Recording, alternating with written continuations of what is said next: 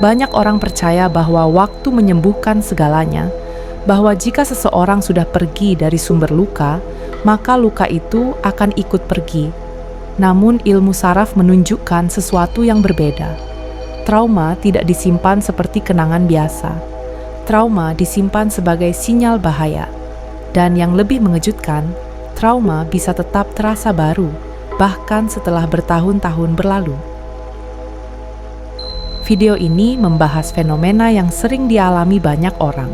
Seseorang sudah memutus hubungan dengan pemicu, tinggal jauh dari sumber luka, hidupnya sudah lebih aman, bahkan memiliki iman yang kuat dan rutinitas spiritual yang baik, namun tetap mengalami sulit fokus, mudah lupa, mimpi buruk, reaksi emosional yang tiba-tiba muncul, seolah kejadian itu baru terjadi kemarin.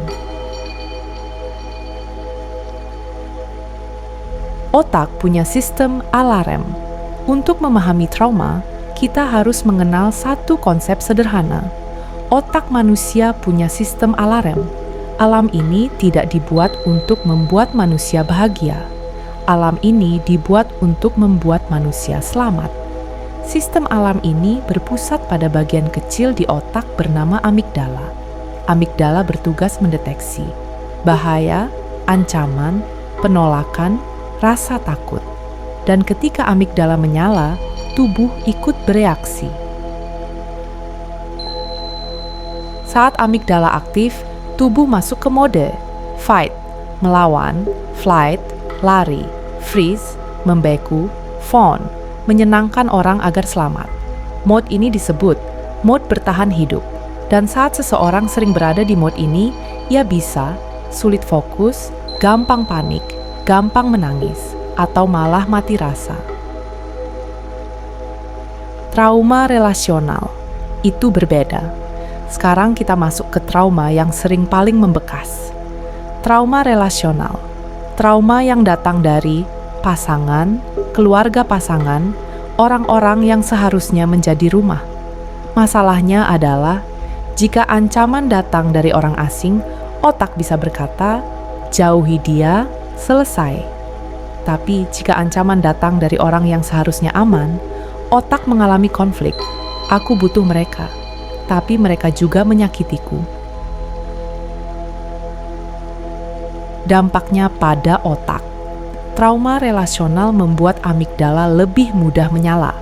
Karena bagi otak, penolakan, diabaikan, tidak dibela, disalahkan terus-menerus. Itu bukan sekadar sedih. Itu ancaman sosial, dan ancaman sosial bagi otak manusia setara dengan ancaman fisik. Hipokampus dan label waktu. Sekarang kita kenalkan bagian kedua. Hipokampus. Hipokampus adalah bagian otak yang berperan dalam memori, konteks, dan penanda waktu. Hipokampus membantu otak berkata, ini dulu, ini sekarang. Masalahnya, pada trauma kronis, hipokampus sering melemah. Kenapa trauma terasa seperti kemarin? Inilah alasan utamanya. Ketika hipokampus tidak bekerja optimal, otak tidak bisa menaruh trauma di masa lalu. Sehingga ketika ada pemicu kecil di masa kini, nada bicara, konflik ringan, sikap mirip masa lalu, otak tidak berkata, oh ini berbeda. Otak berkata, ini bahaya yang sama. Dan tubuh bereaksi seolah kejadian itu terjadi sekarang. Prefrontal cortex dan logika. Bagian ketiga adalah prefrontal cortex. Ini bagian otak yang bertugas, berpikir jernih, mengatur emosi, mengambil keputusan, fokus, mengendalikan impuls. Namun saat amigdala aktif kuat, prefrontal cortex seperti offline. Itulah sebabnya seseorang bisa ingin fokus tapi tidak bisa, ingin tenang tapi gagal. Tahu secara logika aman, tapi tubuh tetap takut. Kortisol, fokus, dan lupa. Sekarang masuk ke hal yang sering membuat orang merasa bersalah. Kenapa trauma membuat seseorang mudah lupa? Jawabannya, Hormon stres. Saat tubuh sering siaga, ia menghasilkan kortisol. Kortisol tinggi dalam waktu lama dapat mengganggu konsentrasi, mengganggu memori jangka pendek, menurunkan kualitas tidur, membuat emosi mudah meledak atau tumpul. Jadi seseorang bisa terlihat seperti tidak disiplin, tidak rapi, tidak serius. Padahal yang terjadi adalah otak sedang kelelahan. Mimpi buruk sebagai proses otak. Banyak orang mengira mimpi buruk adalah tanda kemunduran. Padahal seringkali mimpi buruk muncul saat hidup mulai aman. Karena ketika situasi sudah lebih stabil, otak punya ruang untuk memproses memori yang tertunda. Saat tidur, otak melakukan konsolidasi memori, pengolahan emosi, penyusunan ulang pengalaman. Trauma yang belum selesai akan muncul dalam bentuk mimpi dikejar, diserang, ditinggalkan, tidak ditolong. Karena itulah pola emosi utamanya. Kenapa aku masih begini padahal aku taat? Pertanyaan ini sangat manusiawi.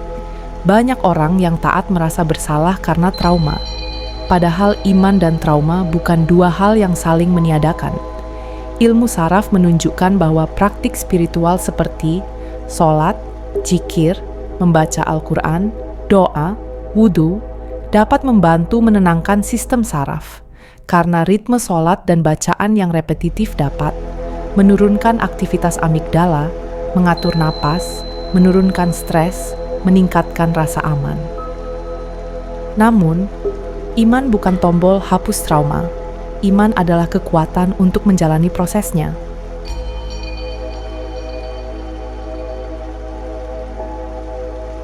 Kenapa terapi trauma bisa membantu? Karena trauma tidak selalu bisa diselesaikan dengan berpikir. Trauma bekerja lewat tubuh, sistem saraf, respons otomatis. Maka penyembuhannya pun harus menyentuh tubuh, emosi, dan memori yang tersimpan.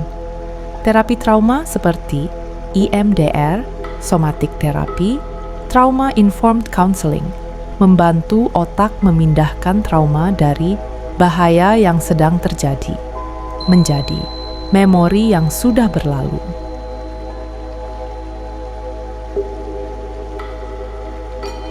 Penutup, kamu tidak rusak, kamu sedang pulih. Video ini tidak dibuat untuk menyalahkan siapapun. Ia dibuat untuk memberi bahasa bagi orang-orang yang selama ini bingung. Kenapa mereka sudah pergi jauh, tapi luka masih terasa dekat? Jawabannya bukan karena mereka lemah, jawabannya karena otak mereka pernah belajar. Relasi itu berbahaya. Dan pelajaran itu butuh waktu untuk diubah. Trauma tidak hilang dengan dipaksa lupa. Trauma pulih ketika tubuh akhirnya percaya, aku aman sekarang.